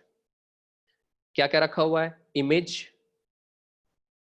कलर, कलर्स, स्ट्रिंग्स, ये सारी चीजें मैं यहां अप्लाई कर सकता हूं, इस स्क्रीन पे अप्लाई कर सकता हूं, राइट। अब यहां पे सबसे पहले ये दो स्क्रीन क्यों दिख रही है, ये ब्लूप्रिंट है। ये बेसिकली इसको ब्लूप्रिंट कहा जाता है, ये ब्लूप्रिंट है। तो ये यहां से ऑप्शन आता है, ये इस टैब से आप क्लिक करोगे तो यहाँ पे देखिए, यहाँ पे क्या सिलेक्टेड है, design plus blueprint. That's why ये दो दिख रहा है। अगर आपको सिर्फ ब्लूप्रिंट चाहिए तो आप ब्लूप्रिंट पे क्लिक कर दो, अगर आपको सिर्फ डिजाइन चाहिए तो आप डिजाइन पे क्लिक कर दो, दैट्स इट। तो मैंने सिर्फ सिंगल, मुझे डिजाइन चाहिए, ब्लूप्रिंट नहीं चाहिए, दैट्स वाई मैंने डिजाइन पे सेलेक्ट कर लिया। ओनली अब डिजाइन आएगी यहाँ पे। अब यहाँ पे मुझे क्या करना है, कुछ शो करना है, कुछ दिखाना है। सपोज एक बटन बनाना है मुझे, यहाँ पे इस स्क्रीन पे एक बटन बनाना है। सपोज मुझे इस स्क्रीन पे एक कैलेंडर कैलेंडर क्रिएट करना है, कैलेंडर क्रिएट करके दिखाना है, राइट। तो वो कैसे होगा, तो यहाँ पे देखो बहुत सारे यहाँ पे ये बटन्स, ये बटन, ये ड्रैग एंड ड्रॉप सिस्टम है। यहाँ पे अगर आप ड्रैग एंड ड्रॉप करके काम करना चाहो तो कर सकते हो, लेकिन ये बैड हैबिट है। ड्रैग एंड ड्रॉप करने से अगेन आप कुछ नहीं सीखोगे, क्योंकि मैंने तो ड्रैग एंड ड्रॉप कर दिया एंड बटन यहाँ पे आ चुका है। ये ड्रैगन, एक और ड्रैग एंड ड्रॉप कर देते हैं, ये देखो एक और बटन बन गया। लेकिन इसके पीछे जो कोडिंग है, कैसे ये जनरेट हुआ, ये कोड कैसे आया, ये आपको नहीं आएगा। तो इसीलिए कभी भी ड्रैग एंड ड्रॉप सिस्टम हम यूज नहीं करेंगे, राइट। मैं आपको कोड बताऊंगा कि किस तरीके से आप कोडिंग करके जनरेट कर सकते हो अपने डिजाइन को।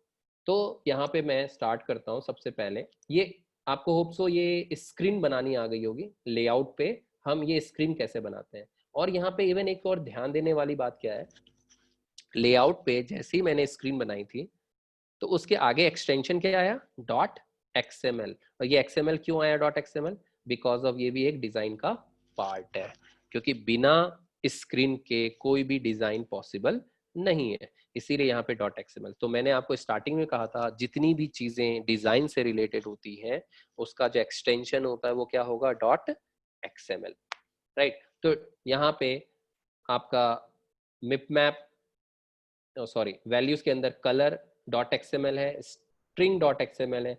अब मैं इन सारी चीजों को अप्लाई करने जा रहा हूँ। कहाँ अप्लाई करने जा रहा हूँ, इस स्क्रीन पे अप्लाई करने जा रहा हूँ, जो स्क्रीन मैंने अभी जनरेट की है।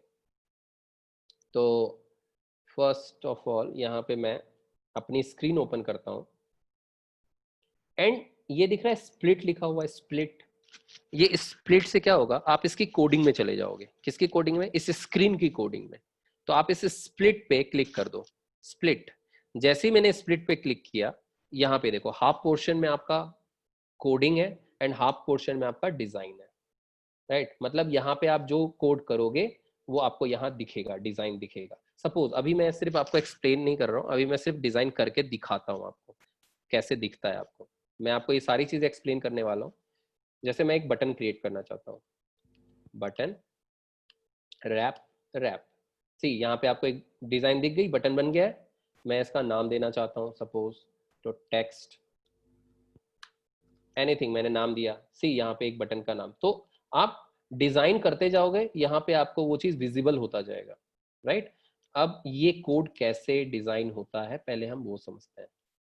ये मैंने सारा हटा दिया क्योंकि ये कोड किसने जनरेट किया था, अगेन एंड्रॉइड स्टूडियो ने जनरेट किया था, बट मुझे एंड्रॉइड स्टूडियो कोड नहीं चाहिए, मुझे खुद का कोड चाहिए, खुद से डिजाइन करना है मुझे। तो सबसे पहले क्वेश्चन इज कि अगर आपको इस स्क्रीन पे कुछ भी डिजाइन करना है, राइट, सपोज आपने बोला सर मुझे बटन डिजाइन करना है, राइट, तो बटन, मान लो कितने बटन डिजाइन करने हैं आपको, किसी की रिक्वायरमेंट है 5, किसी की रिक्वायरमेंट है 10, सर मैं 10 बटन डिजाइन करना चाहता हूँ। तो मेरा क्वेश्चन उससे क्या होगा कि चलो आपने डिजाइन तो कर लिया, लेकिन आप अपने बटन को अरेंज कैसे करोगे, किस तरीके से आप अरेंज करना चाहते हो अपने बटन को। सपोज किसी ने बोला सर मैं हॉरिजॉन्टली अरेंज करना चाहता हूँ, किसी ने बोला सर मैं वर्टिकली अरेंज करना चाहता हूँ, किसी ने कहा सर मैं अपने कंपोनेंट्स को ग्रिड के फॉर्म में अरेंज करना चाहता हूँ, किसी ने कहा सर मैं अपने कंपोनेंट्स को टेबल के फॉर्मेट में अरेंज करना चाहता हूँ, राइट। तो यहाँ सबसे इंपॉर्टेंट टास्क क्या है कि यार आप बटन तो क्रिएट कर लोगे, कोई प्रॉब्लम नहीं है, बट उसको अरेंज कैसे करोगे। तो अरेंज करने के लिए एंड्रॉइड स्टूडियो ने आपको पहले से ही कुछ लेआउट्स क्रिएट करके दिया हुआ है, लेआउट्स, राइट। जैसे फॉर एग्जांपल किसी ने कहा कि मुझे सर वर्टिकली अरेंज करना है, तो उसके लिए एक लीनियर लेआउट क्रिएट करके दिया। कौन सा लेआउट, लीनियर।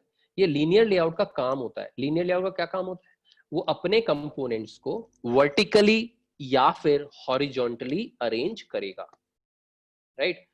आपने बोला कि सर मुझे ग्रिड के फॉर्मेट में, ग्रिड के फॉर्मेट में मुझे अरेंज करना है अपने कंपोनेंट्स को, तो मैं यहाँ ले लूंगा ग्रिड, ग्रिड लेआउट यूज कर लूंगा। कौन सा लेआउट, ग्रिड। वो क्या करेगा, इसका काम क्या है, केवल वो ग्रिड के फॉर्मेट में ही अपने कंपोनेंट्स को अरेंज करेगा, राइट। तो यहाँ पे मैं सारे लेआउट्स तो आपको नहीं पढ़ा सकता हूँ, लेकिन एक बेसिक लेआउट जो होता है मेरा लीनियर लेआउट, मैं आपको लीनियर लेआउट के बारे में बताता हूँ कि लीनियर लेआउट कैसे काम करता है। तो मैं एक लेआउट यहाँ सेलेक्ट कर रहा हूँ, लीनियर लेआउट। तो टैग स्टार्ट किया मैंने एंड टैग मैंने क्लोज किया, tag start and tag close. अब मैं चाहता हूं कि जो लीनियर लेआउट है, राइट, वो आप कितना लेना चाहते हो इस पूरे स्क्रीन पे। आप सपोज बोलते हो कि सर मुझे हाफ लेना है, या आप बोलते हो सर पूरे स्क्रीन पे आप लीनियर लेआउट ले लो। लेकिन या किसी और की रिक्वायरमेंट क्या होती है, किसी क्लाइंट ने बोला कि आपको ये एक स्क्रीन है, इस एक स्क्रीन पे 2 लेआउट लेना है, हाफ में ले लो लीनियर और हाफ में ले लो ग्रिड। किसी ने बोला नहीं, आपको इस एक जो स्क्रीन है उस पर 3 लेआउट लेने हैं, 3 लेआउट्स लेने हैं। एक छोटे से पोर्शन पे ले लो आप लीनियर, छोटे से पोर्शन पे ले लो आप ग्रिड, और छोटे से पोर्शन पे ले लो आप टेबल। तो इसको बोलते हैं नेस्टेड लेआउट। आप अपने एक स्क्रीन पे, इस पर्टिकुलर स्क्रीन पे नेस्टिंग कर सकते हो लेआउट्स की, मतलब नेस्टेड लेआउट बना सकते हो, एक लेआउट के अंदर दूसरा लेआउट, दूसरे के अंदर तीसरा लेआउट, ठीक है।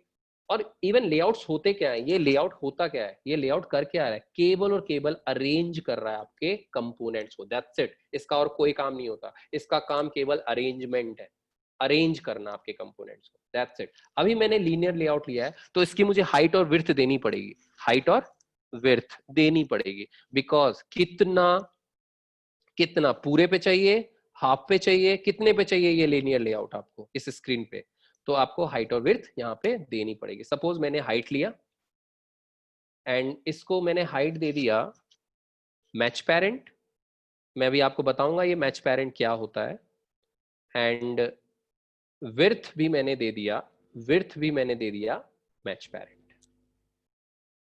तो मैंने height match parent and width is match parent, मैंने ये दोनों चीजें मैच कर दी। मैच का मतलब क्या होता है, मैच का मतलब होता है आपकी स्क्रीन ऑटोमेटिक कवर हो जाएगी, आपकी स्क्रीन जो है ऑटोमेटिक क्या हो जाएगी, कवर हो जाएगी।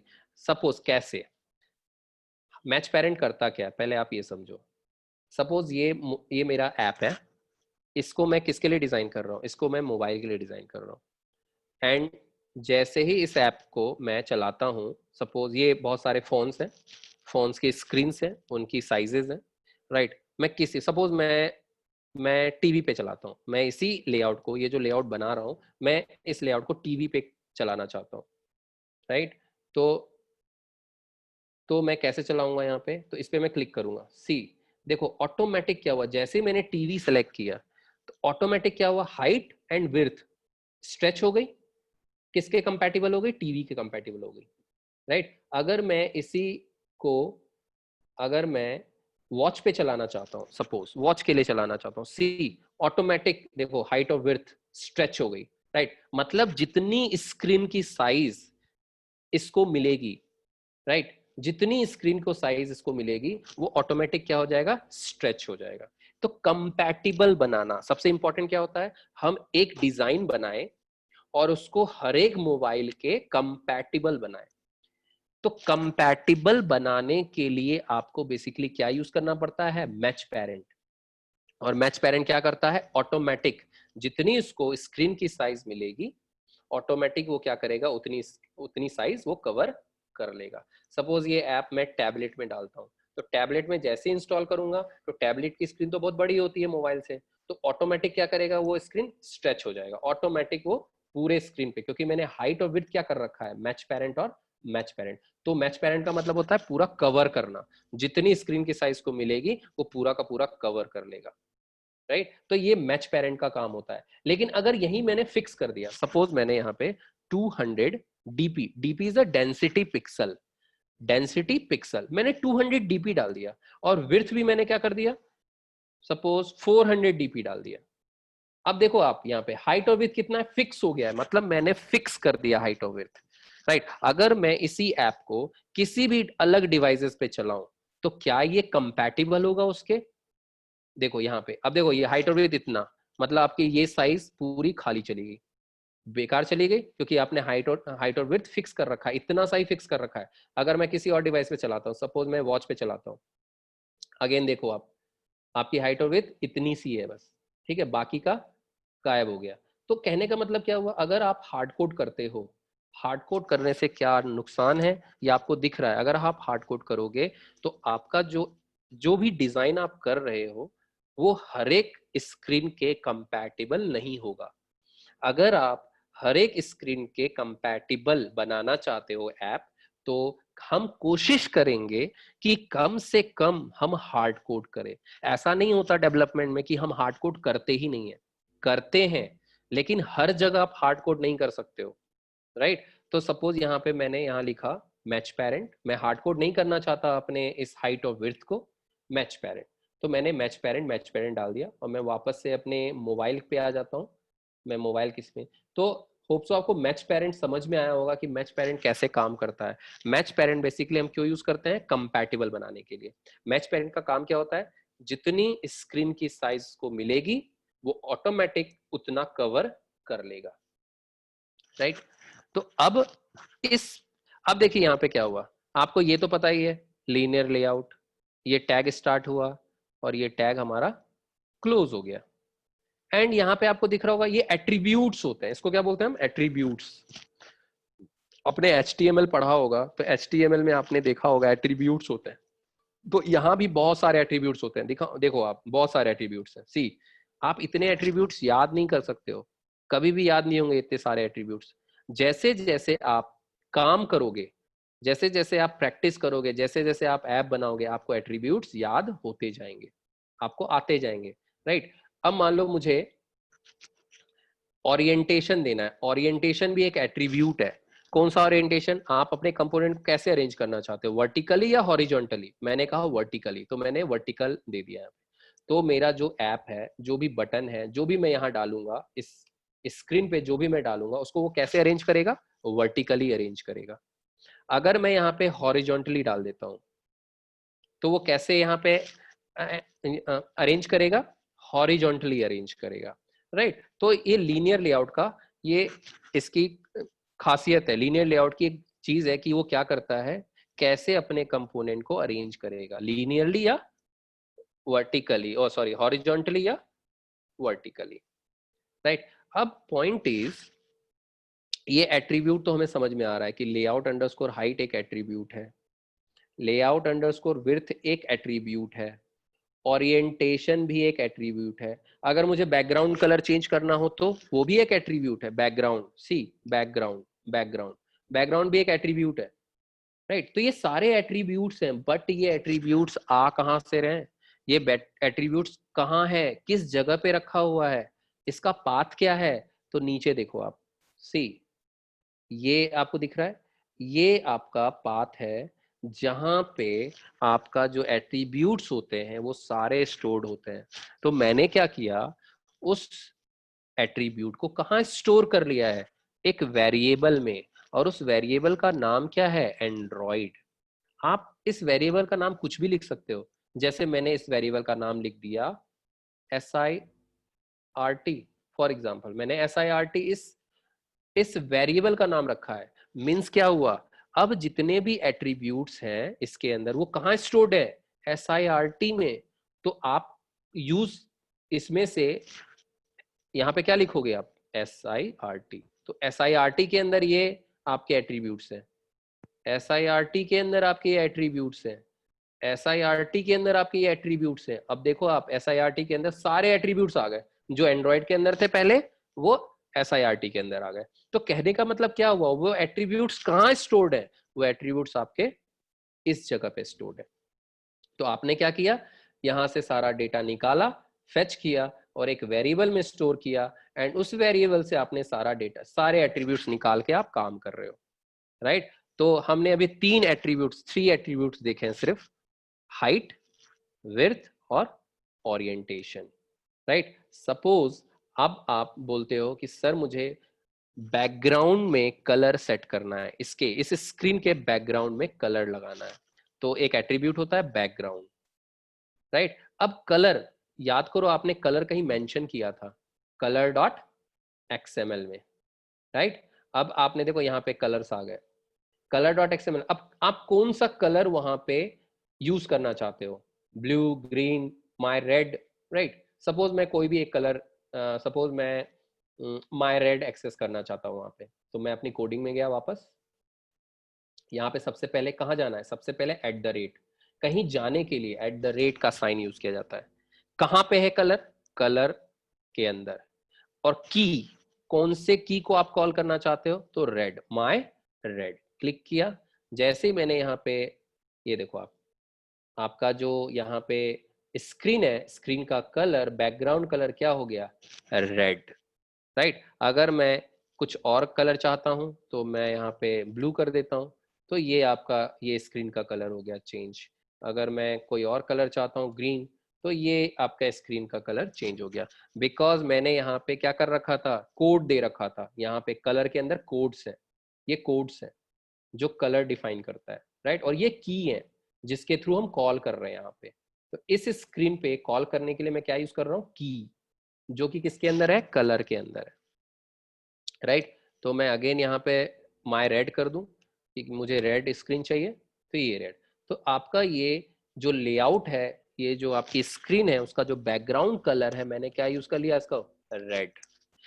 आप बैकग्राउंड में इमेज भी डाल सकते हो, जरूरी नहीं है कि कलर ही डालें। सपोज आपको इमेज डालना है, तो आपने इमेज कहाँ रखी थी, ड्रॉयबल में, इस ड्रॉयबल फोल्डर के अंदर आपने इमेज रखी थी, राइट। और उस इमेज का नाम क्या था, फर्स्ट इमेज, राइट।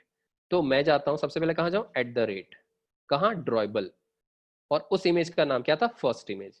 सी मैंने जैसे ही फर्स्ट इमेज लिखा, ये देखो उसके बैकग्राउंड में, मतलब स्क्रीन के बैकग्राउंड में मेरी ये इमेज आ गई, राइट। तो आप दोनों ही चीज बैकग्राउंड में डाल सकते हो, इमेज भी डाल सकते हो और इस कलर भी डाल सकते हो।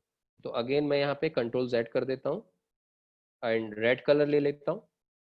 तो सबसे पहले मैंने यूज आपको क्या बताया रिसोर्सेज का, ड्रॉयबल का, कि ड्रॉयबल आप कैसे यूज कर सकते हो, राइट। मैं अपनी इमेज को कैसे यूज कर सकता हूँ, राइट। कलर, फिर मैंने आपको क्या बताया कि मैं अपने इस स्क्रीन पे कलर को कैसे यूज कर सकता हूँ, राइट। अब मैं आपको बताने जा रहा हूँ कि ये बटन, सपोज मैंने एक बटन बनाया, सपोज मैंने एक बटन क्रिएट किया इसके अंदर। अब देखना आप कितना इजी है इसकी कोडिंग। सपोज एक टैग स्टार्ट किया, बटन, सी यहाँ पे हाइट और विड्थ देनी पड़ेगी, राइट। तो हाइट क्या दे दिया मैंने, विड्थ दे देता हूं मैं मैच पेरेंट, एंड हाइट क्या देना है। अब हाइट अगर मैंने मैच पेरेंट कर दिया तो क्या होगा, पूरी स्क्रीन कवर कर लेगा वो बटन। तो क्या किसी ऐप में ऐसा देखा है कि पूरी स्क्रीन पे केवल एक बटन हो? नहीं, पॉसिबल ही नहीं है। तो इसीलिए हम हाइट मैच पेरेंट नहीं लिख सकते हैं। तो इसको मुझे हार्ड कोड करना पड़ेगा। तो सपोज मैंने 100 डीपी यहाँ पे बटन का साइज दे दिया, या आप अपने अकॉर्डिंग सपोज 80 डीपी आप देना चाहो 80 डीपी दे दीजिए आप, कोई दिक्कत नहीं है। तो मैंने यहाँ बटन, यहाँ पे आपको दिख रहा होगा बटन, ये मैंने आपको एक बटन क्रिएट किया है, राइट। अब मैं इस बटन का नाम देना चाहता हूँ, टेक्स्ट, वो तो टेक्स्ट है ना बटन का नाम, तो मैं लिखता हूँ टेक्स्ट। एंड कहाँ जाऊं? टेक्स्ट के लिए हमने कुछ बनाया था, टेक्स्ट हमने कहाँ मेंशन किया था? स्ट्रिंग डॉट एक्सएमएल में। यहाँ पे देखो आप, स्ट्रिंग डॉट एक्सएमएल अपने बटन का नाम यहाँ पे मेंशन कर रखा है। तो मैं यहाँ कॉल करा लेता हूँ इसको। कैसे कॉल कराऊं? @string, @string, और यहाँ पे बटन नेम। जैसे यहाँ बटन नेम मैंने लिखा, सी यहाँ पे देखो आप, लॉगिन आ गया। तो मैंने टेक्स्ट भी एक्सेस कर लिया, मतलब स्ट्रिंग डॉट एक्सएमएल में जो हमने डाला था ये चीज, उसको मैंने यहाँ एक्सेस कर लिया है, राइट। अब मैं चाहता हूं इस लॉगिन टेक्स्ट का साइज इंक्रीज करना। तो यहाँ पे टेक्स्ट साइज एट्रीब्यूट होता है, आप इस एट्रीब्यूट को यूज करके टेक्स्ट साइज इंक्रीज कर सकते हो। कितनी टेक्स्ट साइज इंक्रीज करनी है? मैंने बोला 40 SP. SP is a scale pixel, it's a scale pixel, right. ये टेक्स्ट व्यू में, टेक्स्ट में काम आता है हमेशा। एसपी कहाँ यूज किया जाता है? टेक्स्ट में ऑलवेज, राइट। तो हमने यहाँ पे एक बटन क्रिएट कर लिया। अब आप चाहते हो मुझे एक और बटन क्रिएट करना है जिसपे साइन अप लिखा हो, तो मैंने इसी बटन को कॉपी किया, यहाँ पे पेस्ट किया, राइट। एंड मैं ओरिएंटेशन इज वर्टिकल कर लेता हूँ, एंड यहाँ पे मैं चेंज कर देता हूँ नाम, बटन का नाम क्या लग देता हूँ मैं? Sign up. तो मुझे क्या करना पड़ेगा? सबसे पहले स्ट्रिंग में जाना पड़ेगा, और यहाँ पे क्या मेंशन करना होगा? String button name 1 sign up. मैं गया यहाँ पे और यहाँ पे डाल दिया बटन 1।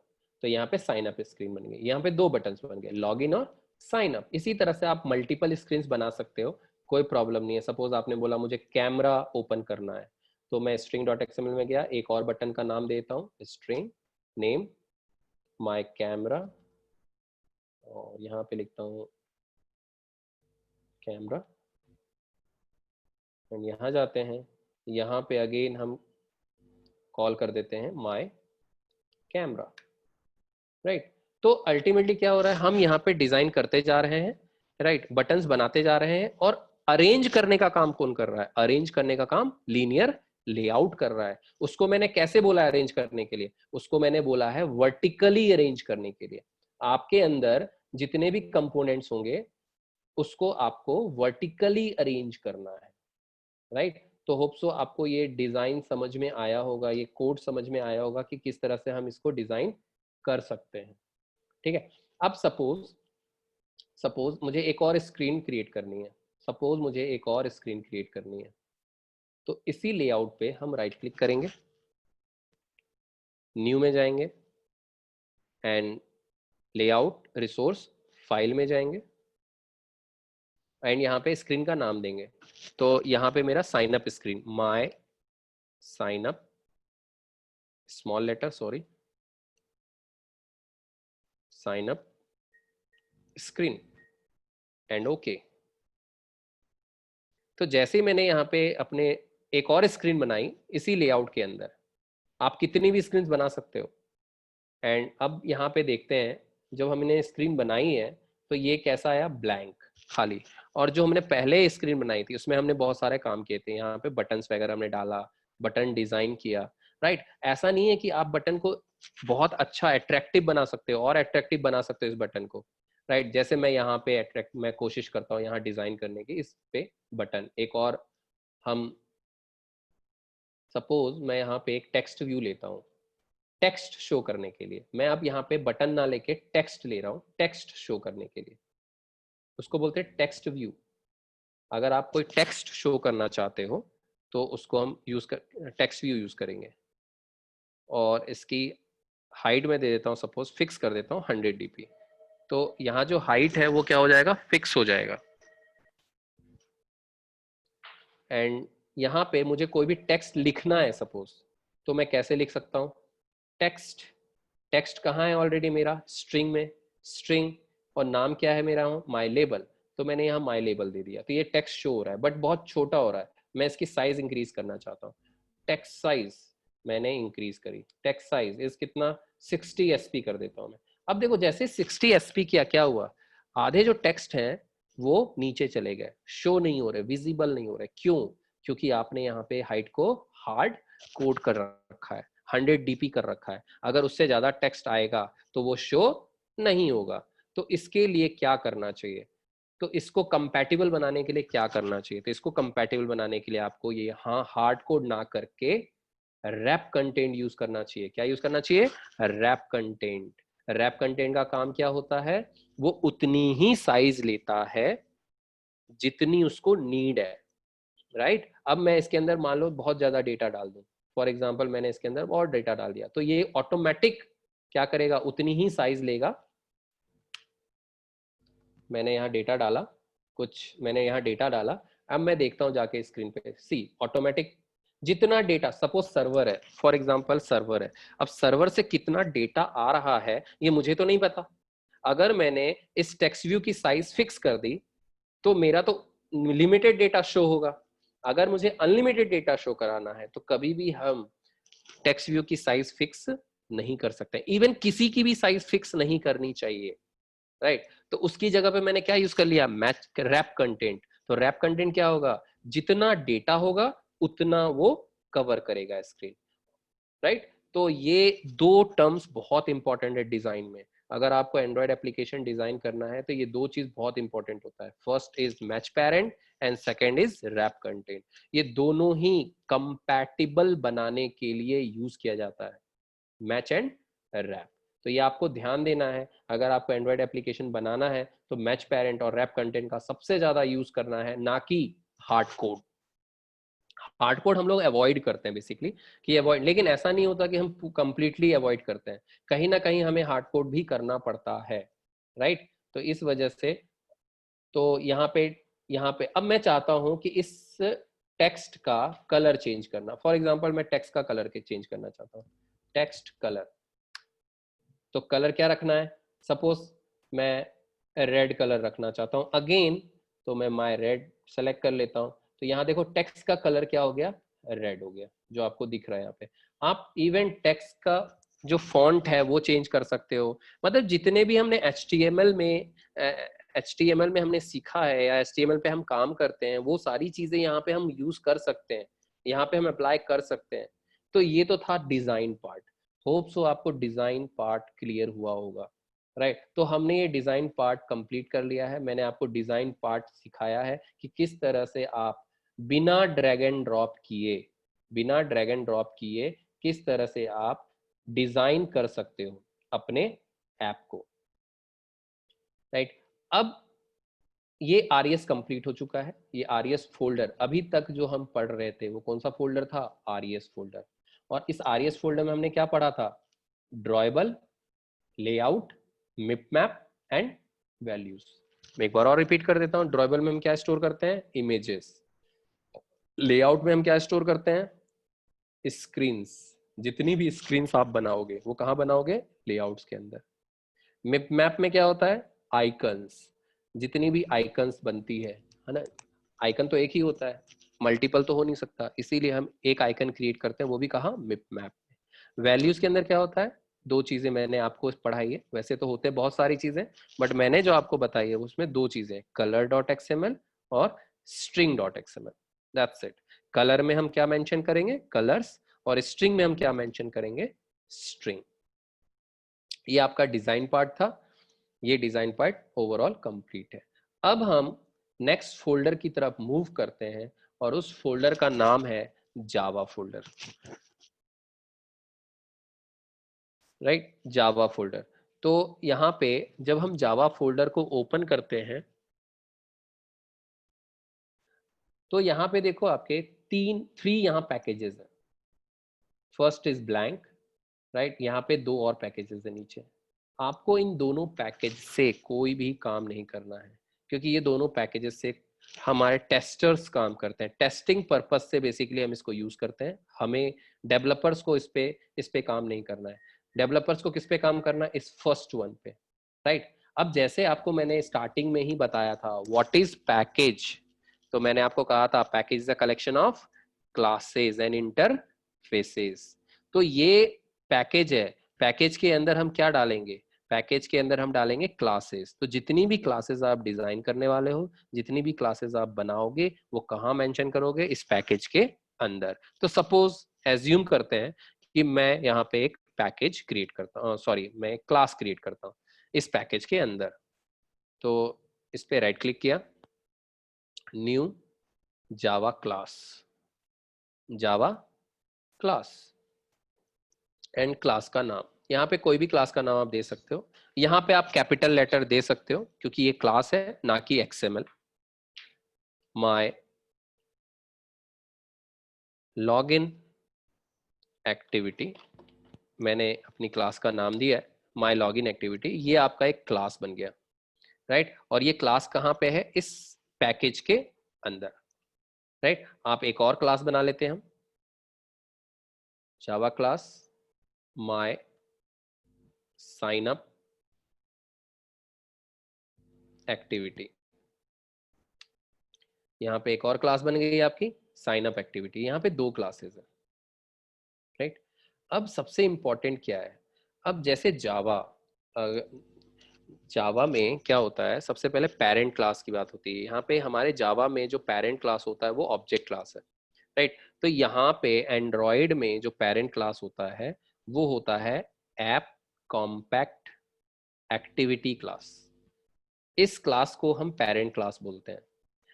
यहाँ पे parent class app compact activity है, राइट। तो सबसे पहले हम क्या करेंगे, अपने इस चाइल्ड क्लास को, अपने इस क्लास को इनहेरिट कराएंगे, एक्सटेंड्स किससे? ऐप कॉम्पैक्ट एक्टिविटी से, राइट। सबसे पहला काम हमारा होता है कि हम क्या करते हैं, ये ऐप कॉम्पैक्ट एक्टिविटी क्या है? पेरेंट क्लास है। क्यों यूज किया मैंने इस क्लास को? बिकॉज इसके पास बहुत सारे फीचर्स हैं जो मुझे अभी चाहिए, जो मैं यूज करना चाहता हूँ। दैट्स वाई मैंने क्या किया, इस सुपर क्लास को, इस पेरेंट क्लास को मैंने यूज किया, इसकी सारी प्रॉपर्टी एक्सेस करी और कहाँ स्टोर कर दिया? मेरे चाइल्ड क्लास में। तो अब मैं ये कह सकता हूँ कि मेरे पेरेंट क्लास के अंदर जो प्रॉपर्टी थी वही प्रॉपर्टी अब चाइल्ड क्लास के अंदर भी है, बिकॉज हमने यहाँ पे कौन सा कॉन्सेप्ट यूज किया है? इनहेरिटेंस का। कौन सा? Inheritance, right. पेरेंट क्लास की प्रॉपर्टी को मैंने चाइल्ड क्लास में एक्सेस कर लिया है। अब यहाँ पे मैं सबसे पहले आप मुझे नहीं पता कि आपको C++ का कितना नॉलेज है स्टूडेंट्स और जावा का कितना नॉलेज है, बट आप लोगों ने C++ में देखा होगा कि जैसे ही हम रन करते हैं तो सबसे पहले आपका एक मेथड कॉल होता है और उस मेथड को बोलते हैं मेन मेथड, राइट। आप सारी कोडिंग कहाँ करते हो? मेन मेथड में करते हो। इसी तरह से एंड्रॉयड में भी एक मेथड होता है जो सबसे पहले कॉल होता है और उस मेथड को हम बोलते हैं on create method. On create method, on create, ये मेथड होता है ऑन क्रिएट, राइट। तो मैं इस ऑन क्रिएट मेथड को यूज करना चाहता हूं। ये ऑन क्रिएट मेथड किसका है? ये ऑन क्रिएट मेथड इस ऐप कॉम्पैक्ट एक्टिविटी का है, पेरेंट क्लास का मेथड है। दैट्स वाई मुझे यहाँ पे एक्सटेंड करना पड़ा। अगर मैं ये चीज एक्सटेंड नहीं करता, मैं इस क्लास को अगर यूज नहीं करता, तो मुझे ये ऑन क्रिएट मेथड नहीं मिलता। दैट्स वाई मैंने अपने इस क्लास से एक्सटेंड किया है उसको, राइट। और यहाँ पे मुझे ऑन क्रिएट मेथड आया। मतलब अब जब भी मैं अपने कोड को रन करूंगा, जब भी मैं कंपाइल करूंगा, तो यहाँ पे क्या होगा? सबसे पहले कौन सा मेथड कॉल होगा? On create. अब आप चाहे कुछ भी काम करो, सपोज आपने बोला सर मुझे 2 नंबर का ऐड करने का प्रोग्राम बनाना है, या आप कोई भी प्रोग्राम बनाना चाहते हो, तो वो सारा टास्क आप कहाँ करोगे? आप इस ऑन क्रिएट मेथड के अंदर करोगे, राइट। तो होप सो मेरा टाइम तो हो चुका है। मुझे जी सर। सर हो गया है या मैं अभी जी कंटिन्यू? टाइम, हाँ टाइम तो हो गया है सर वैसे। Okay sir. और हाँ, एक एग्जांपल आपने मतलब एक्सीलेंटली एक अनाड़ी आदमी को बता दिया है कि वो कैसे स्टार्ट कर दे और स्टार्ट करने के बाद फिर कैसे अपन को एक्सीलेटर दबाना है वो आपने सिखा दिया है सर। यस सर, मतलब एक्सीलेंट लेक्चर सर, मतलब अब no word to say that.